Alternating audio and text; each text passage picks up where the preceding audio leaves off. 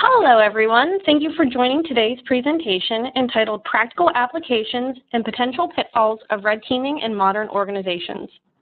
My name is Marie Peters, and I will be moderating today's session. Before we get started, I want to review a few housekeeping items. All participants have entered into this session in listen-only mode.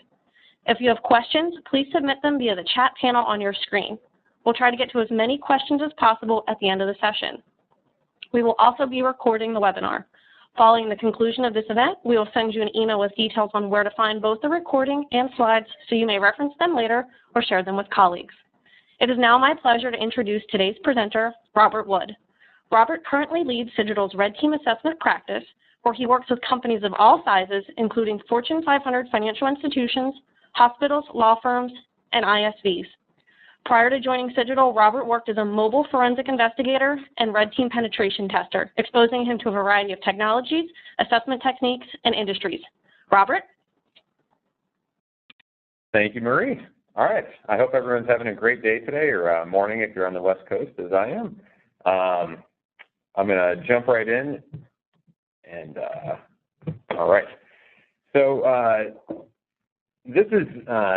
these four slides are basically the agenda that we're going to cover throughout today's presentation. We're going to cover at a high level what red teaming is in the industry. There's a lot of fluff around that term. It appears to be blowing up into one of the new cyber equivalent terminologies in the information security space. So we'll first step through and clarify what exactly red teaming is and what it isn't, and then we'll discuss why red teaming is important in this industry and who can actually take advantage of this type of analysis. And then we'll move into applying it into your information security program and some of the practical applications of red teaming into your program, how it can tangibly benefit you, and some of the metrics you can get out of that, and then some of the challenges and pitfalls that you have to actually watch out for, because red teaming is a much more adversarial and potentially feather-ruffling exercise than a normal pen test or more traditional vulnerability assessment or other type of security assessment activities. We want to make sure that as security program stakeholders that we have all of our ducks in a row, so to speak, and make sure that we understand the implications of what red teaming is, and make sure that we're lining it up to be as impactful for our organization as possible. So, at a high level, red teaming is an objective-based adversarial modeling exercise, and what I mean by that is, as opposed to a penetration test that is going a mile deep against a very specific target, a red teaming exercise is focused more on achieving a given objective as opposed to finding a pile of bugs or flaws associated with a given target. And red teams are designed to model what a real-world attack is going to do. And the best way I know to kind of summarize this is that no newspaper or security bulletin or newspaper headliner is going to discuss a particular vulnerability that was identified, such as cross-site scripting or SQL injection or anything like that. But a newspaper headline is going to discuss an asset being compromised. And attackers care about assets, not the vulnerabilities necessarily that they may utilize to get to an asset. And we're going to, throughout a red team exercise, model that same line of thinking. And so every vulnerability that we identify across the organization that we're working with is going to be used in a particular way and fed into a composite attack that would allow us modeling that a given attacker to compromise or show ways in which a set of, or either a particular asset or a set of assets can be compromised. And one of the interesting pieces about red teaming, and another differentiator between red teaming versus the more traditional penetration test or vulnerability assessment, is that it's oftentimes executed across multiple testing domains.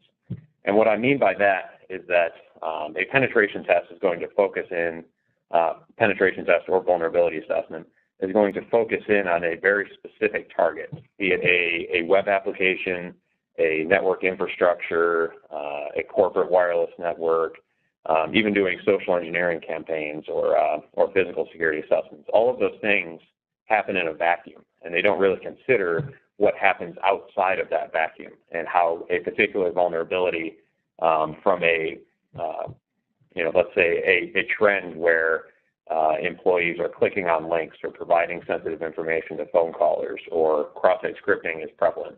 We don't necessarily see when we're performing that test in a vacuum how that risk might impact other surrounding components of the organization or enterprise-wide or organization-wide assets. And in a testing domain, in this case, we can break that into the electronic, physical, or social space.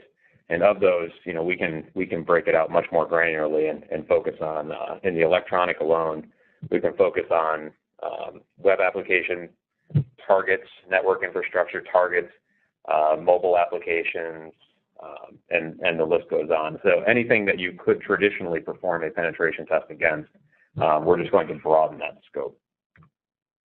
So the target audience for this talk is really anybody who is running a security program or interested in bootstrapping bootstrapping security within your organization. It's really anybody who has assets to protect, which should really be any business. So if you step back and think about what the business ending events for your particular organization are, and map those business ending events to a set of assets, such as, if my source code or intellectual property were compromised, that would be a business ending event, and that would be the asset you would want to protect. Red teaming is going to help you as an organizational stakeholder identify ways that unauthorized access or really unauthorized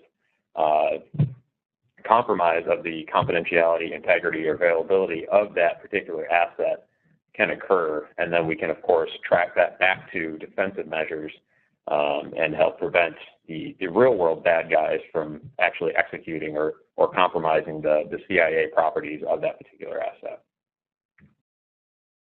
So, as I alluded to before, the current security testing model out in the industry, especially in larger organizations, we have testing being performed in a lot of different silos or a lot of different vacuums. And we do these targeted vulnerability assessments or scans or pen tests against a whole bunch of applications or a whole bunch of network segments. And then the bugs and flaws and vulnerabilities really just get funneled into a centralized bug tracking system sometimes. And we don't really ever make strong correlations of how a vulnerability from one particular component can be pieced together with vulnerabilities from 3 other components into a composite attack and actually lead to access of customer data or bringing down a site or access to critical infrastructure, whatever that business ending asset is. And as I mentioned before, a testing domain can fall into either the physical, virtual, or social spaces. And any given assessment can occur with a variety of different levels of depth and levels of effort. So many organizations will break up their very, very broad application portfolio into different risk categories. And a high-risk application will get much more attention and love from a security assessment perspective, and the low-risk applications will, maybe just get a quick scan or sometimes nothing at all before being pushed out to production.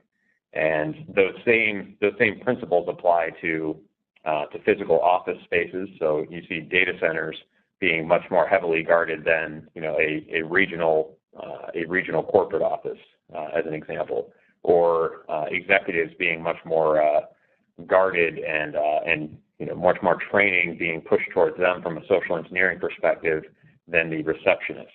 However, many of these components, if you will, whether it's people, offices, or virtual components, have a similar level of access on the back end. So if we think about access to a corporate network, then an attacker could gain and then pivot from that initial foothold into other things and then escalate privileges, the compromising the receptionist versus compromising somebody such as an IT administrator or an executive could lead an attacker to that same initial net result, that same initial foothold where they can then pivot and escalate their privileges and possibly compromise those set of critical assets on the back end. So if we take a step back and just look at the so this pie graph is a little bit of an eyesore, but I'll walk through it. It's really just meant to highlight through the Verizon the DBIR report is data breaches today, and this is from the most recent 2015 source of information. Data breaches today are happening. There's a variety of root causes associated with data breaches. And so you see there's quite a bit in the POS intrusions and the web app attacks and the crimeware, all of which we can kind of map back to a testing around a given security assessment activity or otherwise hardening or defensive activity. But this goes to show that we can't just put all of our defensive eggs in one basket, because there's a lot of different ways that an attacker can get in and have that initial foothold, and then of course escalate after that. And so this really goes to show the fact that attackers are thinking about things in a goal-oriented manner, and they don't really care, as this pie graph shows, how they get in or how they do what they do. They just want to get done. They just want to compromise that asset in the end, and that's really their end game. And so we need to make sure that our defenses are distributed, and we need to make sure that we keep up with attacker trends and know how they're going to attack us. And that's really where red teaming comes up. And so, as you may have put together, with this current testing model, as in testing everything in a siloed effect, or effectively a silo, it's really difficult to see how different things piece together. So how the risk of, let's say, a session identifier really maps back to something like customer data, or how the particular vulnerabilities with a low-risk application, let's say a marketing site or some kind of informational website, could be utilized, if successfully compromised, to pivot into a much more sensitive part of the network, as an example. So let's say if your static website has a PHP backdoor or something in it, or is running an older version of Apache, yet that's co-located with a lot of sensitive application servers, and an attacker is able to compromise that out-of-date just static website because it's not really protected or given any love from a defensive budgeting and priority perspective. Then the way that those application servers are laid out in the network, a compromise of one could lead to very easy pivot attacks into the other more high-risk applications. And so really at the end of the day, this targeted testing model, while very, very useful, it makes it very difficult to answer the much bigger question that executives and security program owners face, that is, what's our risk? And if we don't really understand what our risk to our sensitive assets are, how do we know where to allocate our defensive budgets? And we don't necessarily want to just allocate it based on what tool vendors are telling us, or what our gut feeling is. We want to allocate our defensive budgets and our time and money based on data and based on provable fact. And that's where red teaming can help come in and shed some light. So if we again look at the digital, social, and physical domains here, a typical assessment will take place. It might be one small slice of the digital domain, or one small slice of the physical domain. And red teaming really aims to blend all three of these into one singular assessment, depending on an adversary's particular set of capabilities.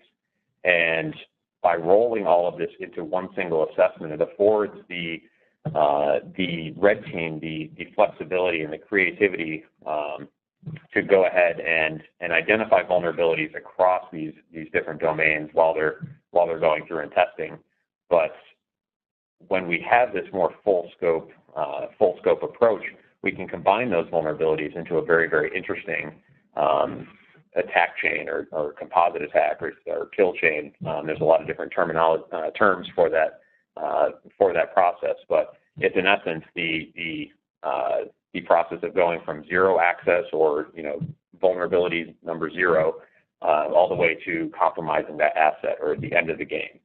And only by really expanding the scope can we do this. And the reason that this is more of an overlap as opposed to all of these things sitting in their own silos and just saying, red teaming is the box that encompasses all of these, is there's a lot of glue that goes into, putting a red team together.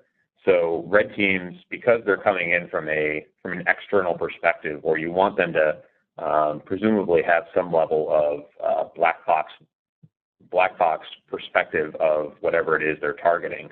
So you get the fresh set of eyes, the new creativity, in the same manner that an external adversary is going to attack you. There's a lot of learning, surveillance, and it's almost think about it in the terms of how an intelligence analyst would go through and learn about some target that they're trying to plan a takedown for, or something to that effect. A red team is going to do the same thing when they're profiling a new target. They're going to map back from what is the asset I'm trying to compromise, and let me go find out everything I can about this organization that might be appropriate or tie back to that asset. So I'm going to learn about the people.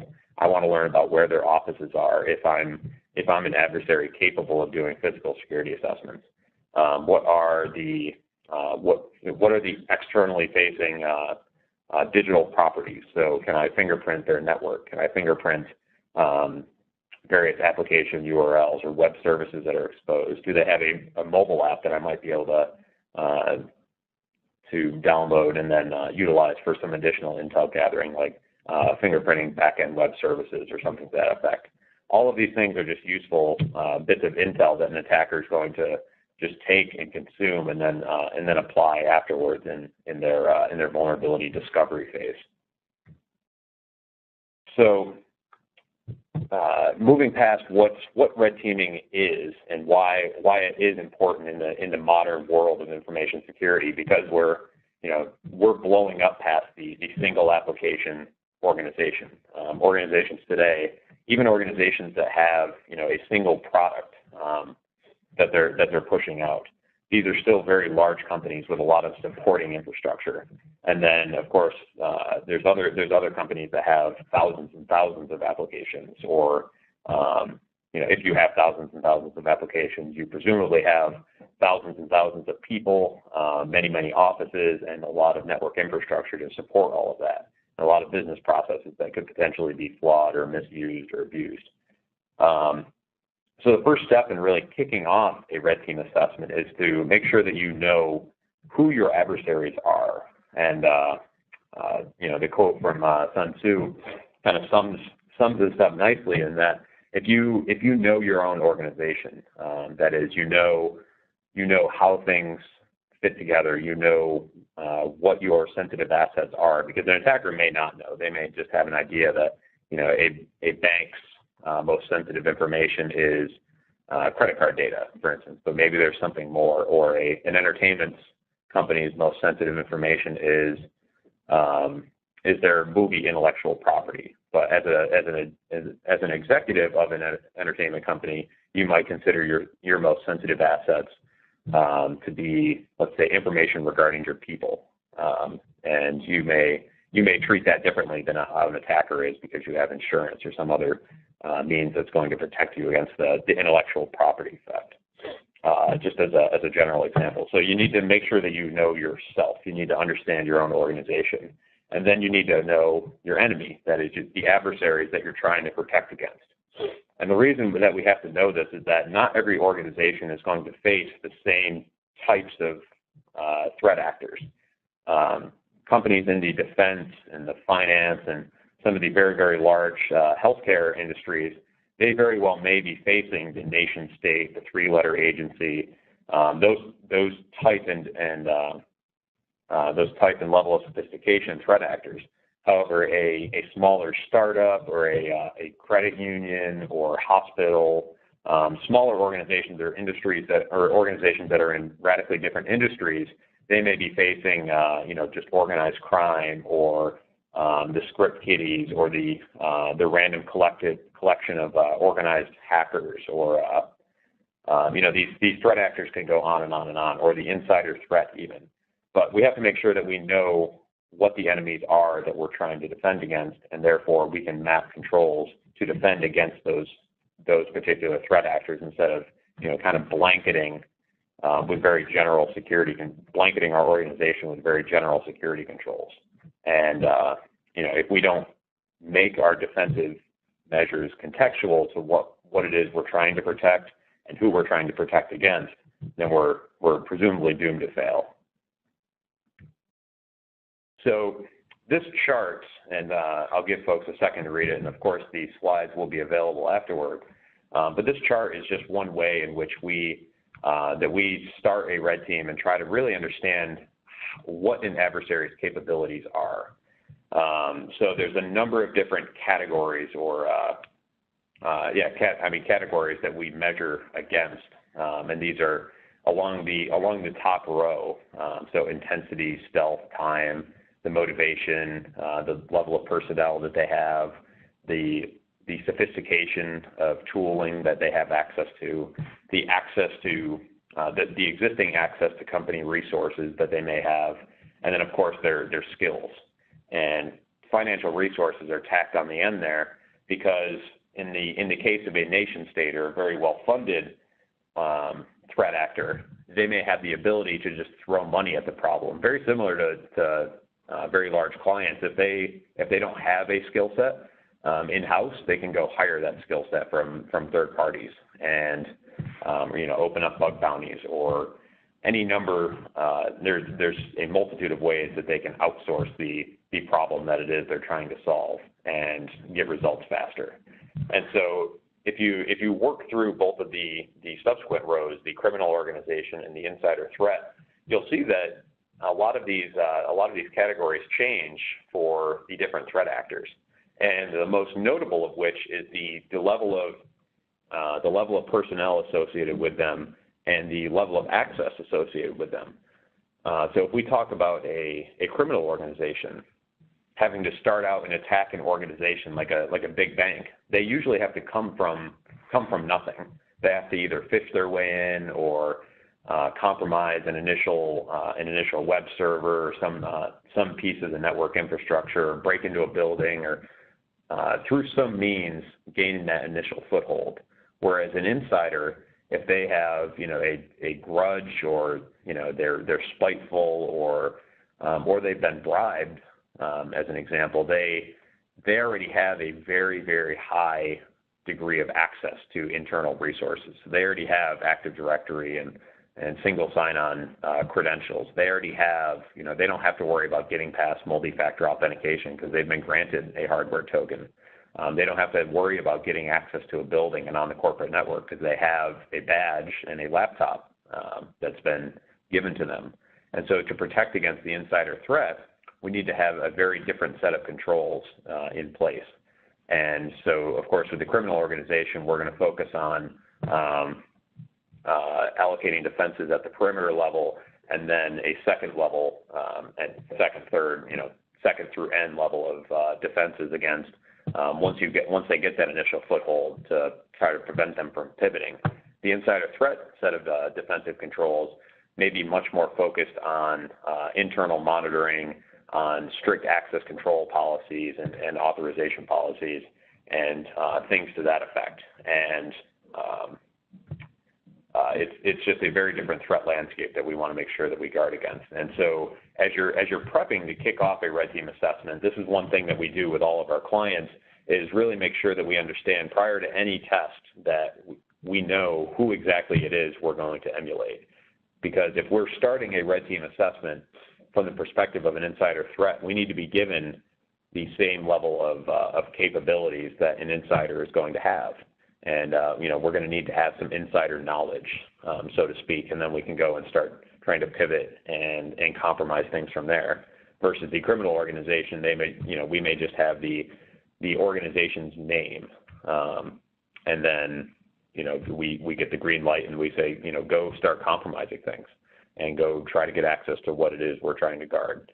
And in both of these cases, we need to make sure that we allocate, if we're trying to emulate a more sophisticated threat, we'll allocate more resources and more diverse resources to our particular engagements, so that way we get a more realistic simulation.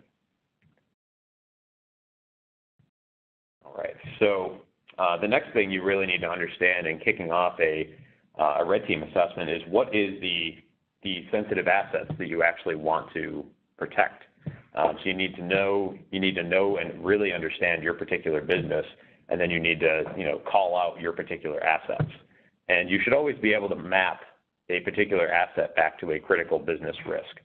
So for example, if we have credit card data, we know that, as an organization, we know that credit card data being stolen is going to result in all sorts of financial damages, loss of consumer confidence, loss of direct revenue, PCI sanctions. It's going to be a bad day from a revenue perspective versus access to some kind of intellectual property like source code may result in a much different set of fallout or business risk for that particular, let's say, ISV or defense contractor or somebody developing something that needs to be protected as opposed to protecting data. So, stepping back and kind of tying this all together into an actual war story, we're performing a red team assessment very recently, and we're conducting this all from the perspective of an external threat actor with very minimal knowledge, really no access to anything initially. We just had the organization's name, and we verified hosts and URLs and stuff prior to actually going and exploiting them, just to make sure that we're being responsible corporate citizens. So our reconnaissance, because we have to go through and really understand, who it is we're trying to attack, and try to identify the most likely scenario for gaining that foothold. Our reconnaissance identified a number of employees that were very open on social media. They posted a lot of inviting things. They accepted friend and connection requests very readily. They were posting pictures of their workspace and pictures of their badges and all sorts of useful bits of information that we could then take and use in follow-on attacks.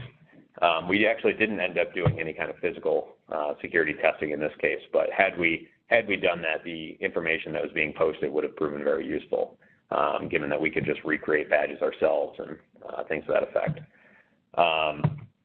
So the social engineering attacks that we put together originally, we set up a captive portal of our own that took and immediately passed on the username, password, and MFA token that was provided. We used that to gain VPN access to this particular customer's internal network environment.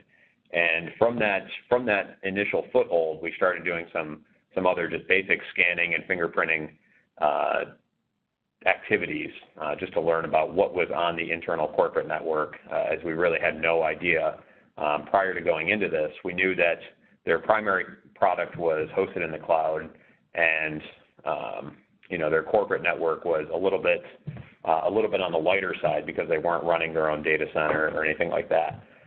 So we did identify a couple of different file shares, and we identified a bunch of build scripts and access keys and such that enabled access to those cloud services for their primary product in both their development, test, and production environment.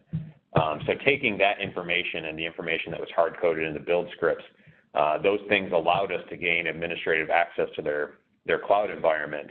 And with that administrative access, we found that we could access customer data, and we could also, if we wanted to, just kind of wipe their cloud environment off the map because their IAM and such was not, it was a very flat IAM hierarchy, and the level of credentials and accounts that we had compromised via that internal network attack were very, very highly privileged, and there was no really apparent secondary control in place to stop us from, deleting critical data, disabling logging, things to that effect. And so with a carefully timed, scripted out attack, we could have, caused a lot of damage to this. And it was really just a matter of, if we look at a couple of root causes here,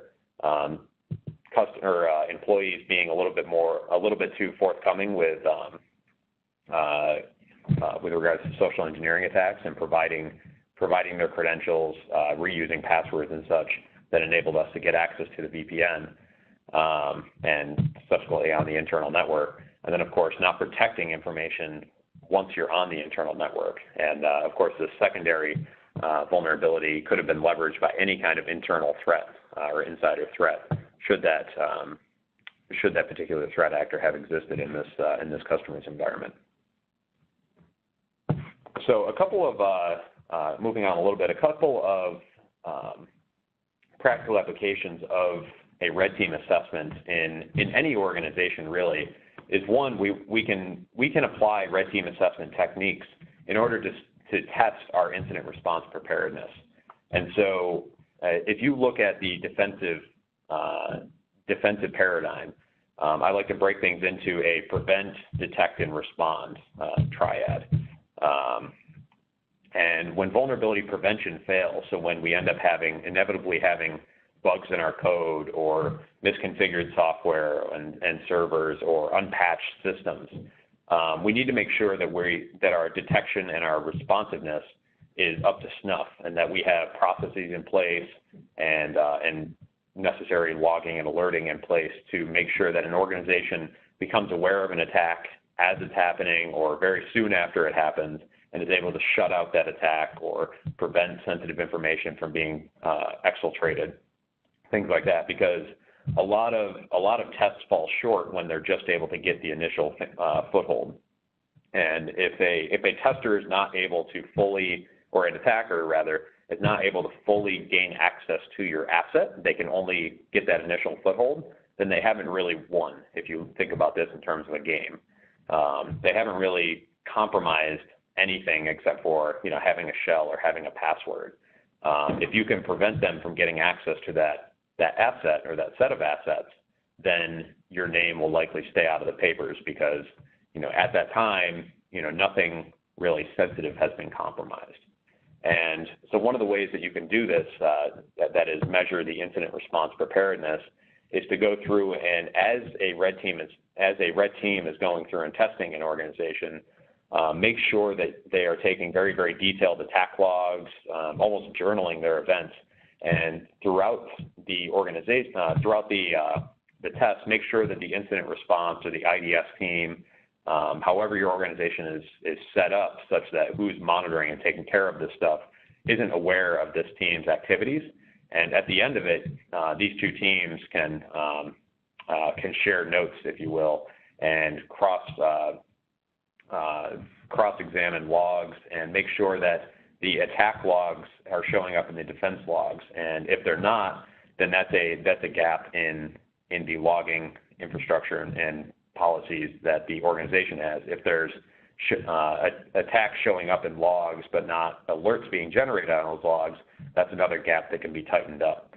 And if both of those things happen but there was no actual response triggered, then that's another gap that an organization can take action on and either trigger some kind of automated defense or some kind of manual investigation or some action based on a set of attack or attack indicators leading up to a potential breach that we want to make sure that as organizations we can readily respond to and shut out an attacker before anything really bad happens.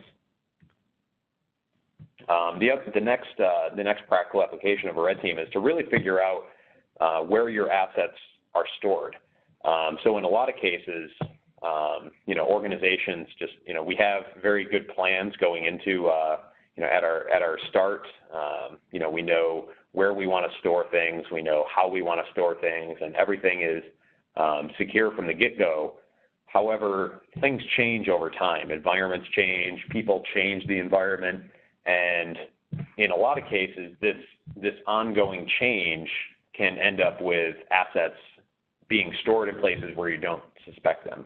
So things being stored in network shares or random test servers being stood up in a production environment that aren't patched or completely unprotected that could allow somebody to gain a foothold into a network. And the goal-oriented full scope testing nature of Red Team can help you identify areas where assets should not be based on policy or design. So example, sensitive data written into log files or unmasked data in a reporting dashboard or encryption keys being stored places they shouldn't be. All of these are examples where your risk management process is not going to tell you to explicitly go and look at this unknown area because you don't know what you don't know. But it's the opportunistic nature of Red Team testing will go and look in those areas, peek under those, peek behind that curtain, if you will, and identify those kind of places where assets or other sensitive information might be and make your organization aware of it. The next practical application is identifying tie-ins between low-risk components to high-risk components, and it's appropriately titled the high risk of low-risk components. And in many complex systems, there's a lot of different dependencies that are difficult to really map out and understand at enterprise scale. So if for example, we're using, if we reference a single sign-on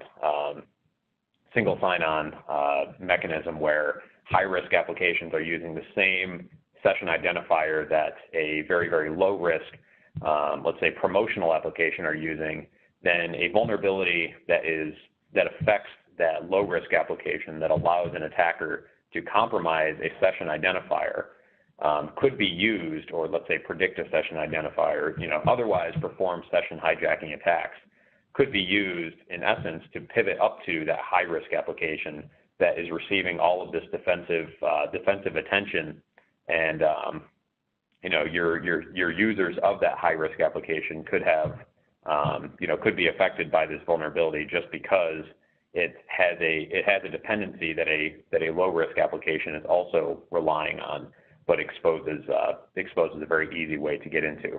And a very readily apparent example of that is cross-site scripting vulnerabilities being used to hijack either shared credentials or shared session identifiers on these low-risk applications that make it out to production but don't ever go through any kind of penetration testing or scanning or otherwise security due diligence. So a couple of the pitfalls that organizations need to be aware of with regards to actually bootstrapping a red team program or bringing a red team in to conduct an assessment is that keeping the same team tightly bound together over a long period of time can lead to groupthink. And if the same group of people are looking at the same set of components or the same system on an ongoing basis, and all of those resources end up or come from the same type of background, have the same types of skills, they're all going to think in the same way to a degree. And the type of creative attack paths and vulnerability discovery techniques that come out of that team are likely to be stinted over time as a result of them just all working together. So one way to avoid this is to avoid placing any kind of really strict workflows on the red team and really embrace the creative aspect of this type of analysis, and let them have fun with it, if you will, and really sit down in a room and brainstorm and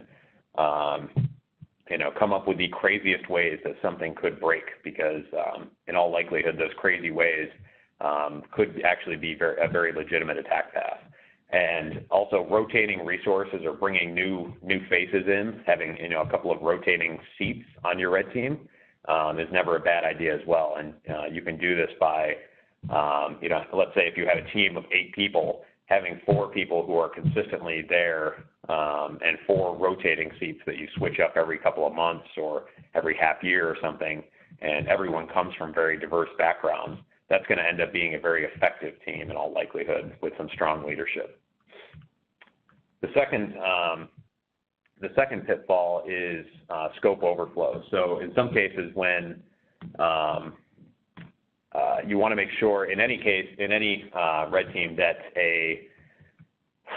the scope is neither not too large or not too small. And one of the big ways of really kind of preventing this potential issue is that by mapping the scope back to the emulated threat or the desired emulated threat's capabilities and perceived level of visibility, that's usually the best way to determine what the appropriate scope is. So, for example, if we look at the insider threat as our emulated threat actor, we know that they're going to have access to the internal corporate network and physical offices and people, things to that effect. An insider threat is not really going to concern themselves with attacking external resources, and so we can just take that off the table in that particular example.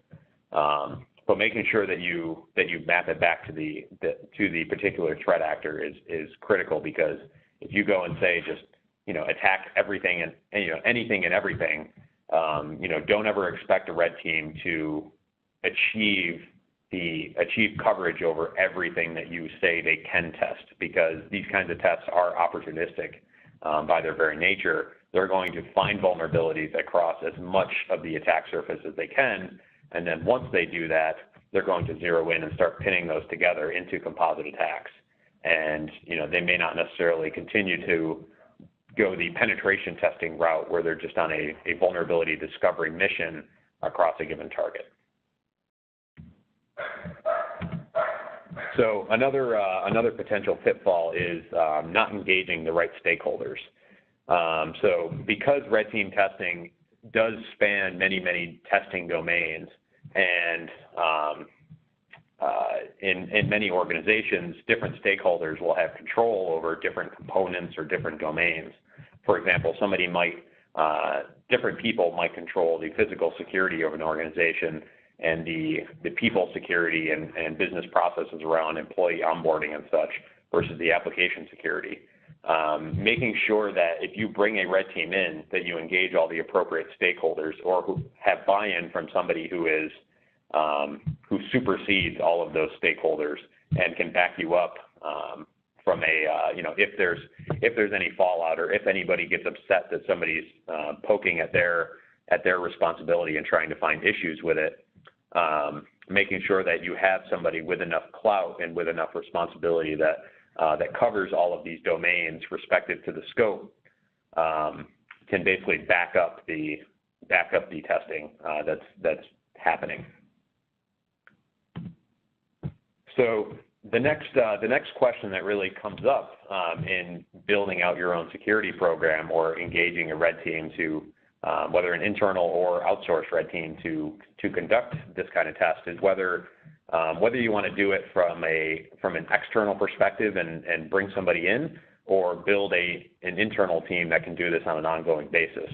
And there's a couple of key questions that you should consider before trying to answer this this in-house or outsourced question is, what assets are you really trying to protect? How big is your organization? And what is the current state of your internal security team? If your internal security team is already overworked and behind schedule on doing targeted assessments, things to that effect, then trying to go do a red team assessment onto their plate may be a recipe for disaster, because they're likely to be a little bit too stressed and not have the bandwidth to really sit down and fully think through creative attack paths and ways in which an attacker really might be able to compromise a particular part of an organization or a set of assets. And the next big question is, what are the success criteria for the red team? Are you looking to bring in a red team so that way a security team can have more budget allocated towards it, or are you looking to really just go through and identify as much attack intelligence as possible, so you can use that to guide defensive decisions? Both of which are very positive things, and we've seen them both work very well in the past with our clients. But you need to understand that, because that question might be a big driver, as opposed to, the answer to that question might be a big driver to whether you go the in-house route or outsource route.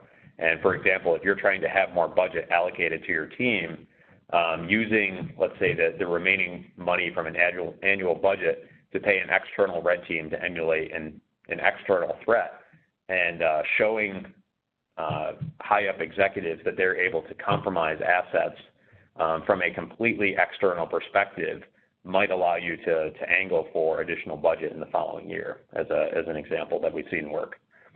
The next big couple of questions are kind of related to one another is, who would actually be responsible for managing the red team?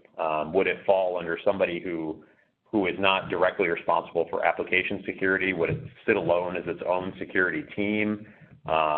Would it be an executive, report up to the executives kind of team?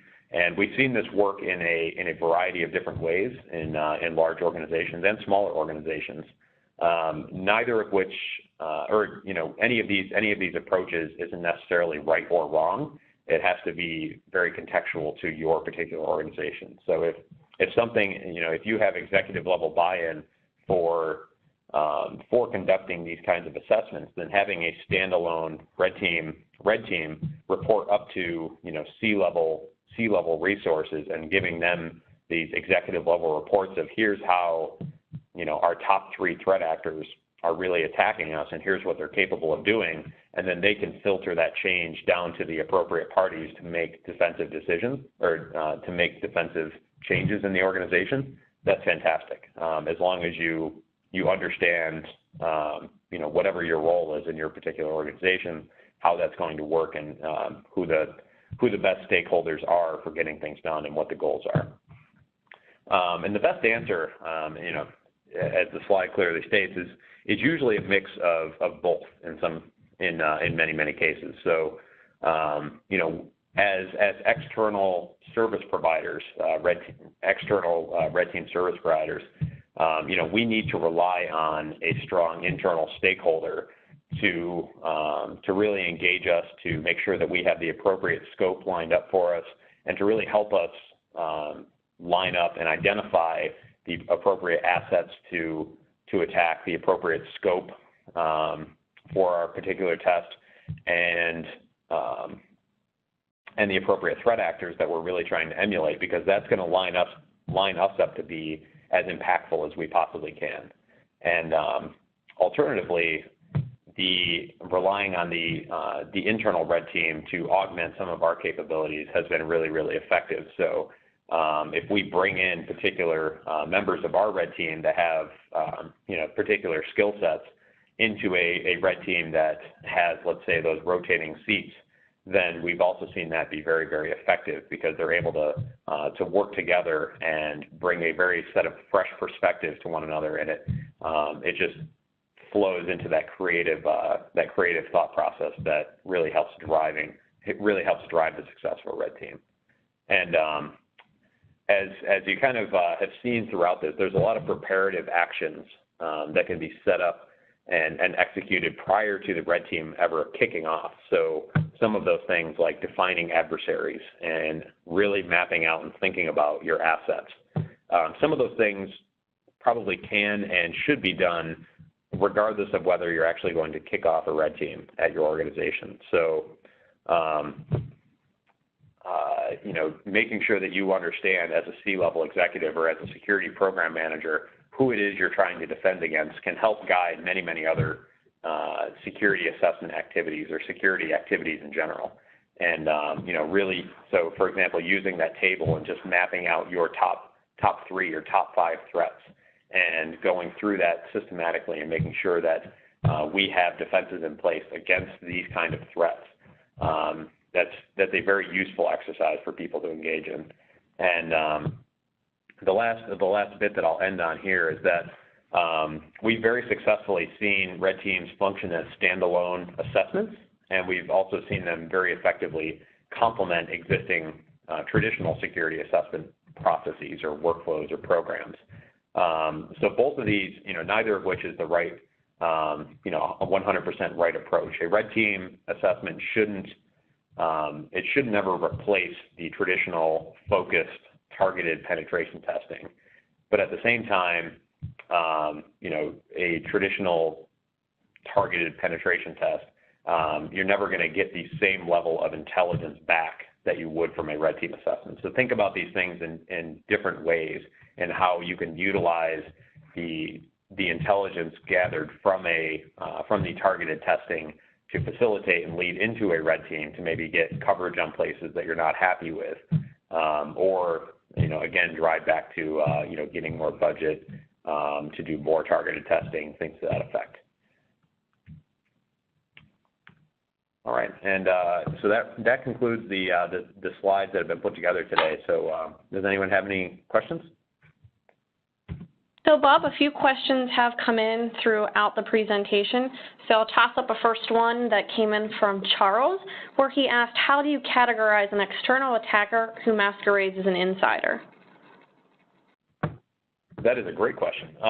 So the first thing to really think about is, is that question, I'm going to make an assumption here that question is focused on the external attacker who has gained that initial foothold, and then once they have that foothold, they then have the same level of privileges and access as an insider.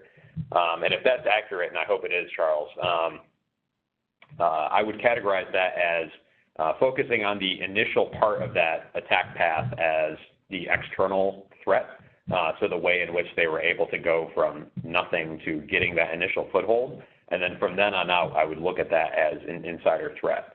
And some of those things might not be 100% appropriate because the external attacker isn't going to have all the knowledge that an employee is going to have. They're not going to know that Joe over in finance is the best person to go talk to and get XYZ done, or that Mary is the person to talk to about password resets or things to that effect. However, given enough time after that initial foothold, they'll likely be able to learn all of those things just by going through and accessing company SharePoint pages around information sharing, things like that. So I would categorize that as considering the same level of controls that you would want to guard against as against an insider threat once they gain that initial foothold. Okay, great. And then we have two questions that I think are kind of related, so I'm going to give them both to you. The first is, as far as choosing red team members, how do you go about choosing the proper personnel, and how do you ensure that there's a diverse background? And the second, that's, like I said, is a bit related, is the types of skills or certifications one needs to do a red team. Okay, so those are definitely related. I wouldn't necessarily rely on a particular set of certifications. There's nothing really that you can say, in my opinion anyways, and go ahead and stamp a person and say you are red team worthy. One of the biggest benefits that I've seen to selecting red teaming resources for a red team is people who are supremely passionate about offensive and defensive security, so just security in general. You want people who are almost like security radicals, and who are willing to go in and learn something if they don't know it. So that's one really strong indicator of a solid red team resource in my eyes, anyways. And the way in which I'll go through and evaluate folks' background is almost like a traditional interview process.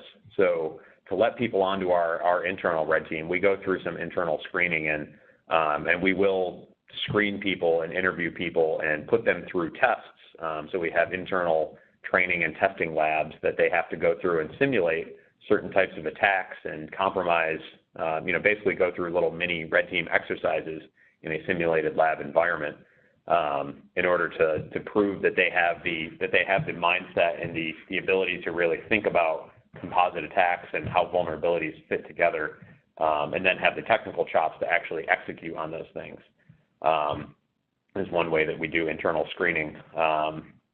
But going through and just reviewing people's resumes, asking them questions about the types of technology they work with, going through basically an additional set of interviews for joining a red team is a really good step. And with regards to selecting the right resources for your red team, one thing to consider is what kind of technologies and processes and such does your organization actually use.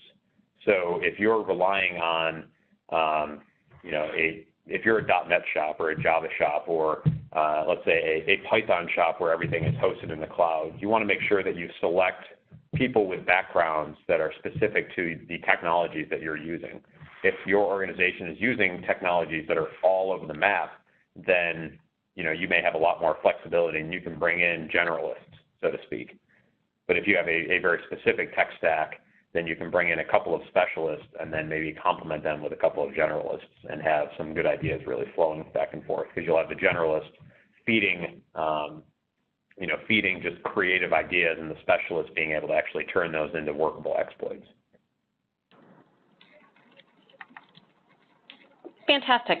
And are there any tools that your team uses on a regular basis that others could be able to use? So a lot of the tools are really something that's specific to whoever and whatever we're testing. So a lot of the tools are stuff that you're probably already using in your day-to-day work life. So if you're doing things on the network side, you're going to end up using Nmap for fingerprinting. You're going to end up maybe using Metasploit or other network exploitation tools. But one thing to keep in mind with the red team approach is that a lot of things do end up getting customized or otherwise obfuscated for the intention of disguising attack activity against a blue team or an active defender who's trying to detect your attack activities and then respond to them. So in order to really flush out that particular use case of a red team, we want to make sure that we're not sending in payloads that are going to be automatically flagged by AV. So maybe in that case, having people on your team, so this goes back to the last question as well, and I apologize for not answering in that, but having people on your team that can build customized exploits, and it could be something as simple as just, Python scripting from a known exploit, working that into your own, and then obfuscating it or packing it in a certain way so that it avoids or flies under the radar of the AV that you're using or that you fingerprinted an organization to be using, is a really great skill to see if you can get past that first line of AV defense and see if there's other secondary controls in place. So scripting skills are an absolute must. But from a general toolkit perspective, a lot of the attack tools are very similar to other traditional pen testing tools that you're going to use. You're just going to have a lot more of them because you're testing things across a very broad set of domains. So you're going to need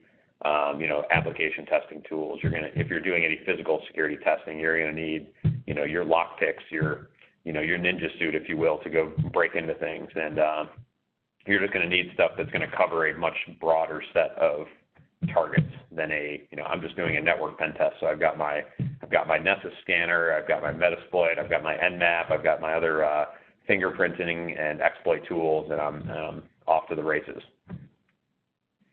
Okay, thanks. We're coming pretty close up to the end of the hour. So, Robert, I'd like to thank you for your time today and for all of the guests who've made an effort to join us. I know we didn't get to all of the questions, but I'm hoping that Bob will be willing to take them offline and perhaps put a blog post or two up on the Digital site. Absolutely. But that would be great. Again, thanks for joining us today. We hope we'll see you at our next webinar, probably sometime in July, or at the upcoming Gartner Security Risk Management Conference in June at National Harbor, Maryland. If there are questions that you would like us to answer, you can send them over to us at info@cigital.com, and we'll be sure to get you some answers.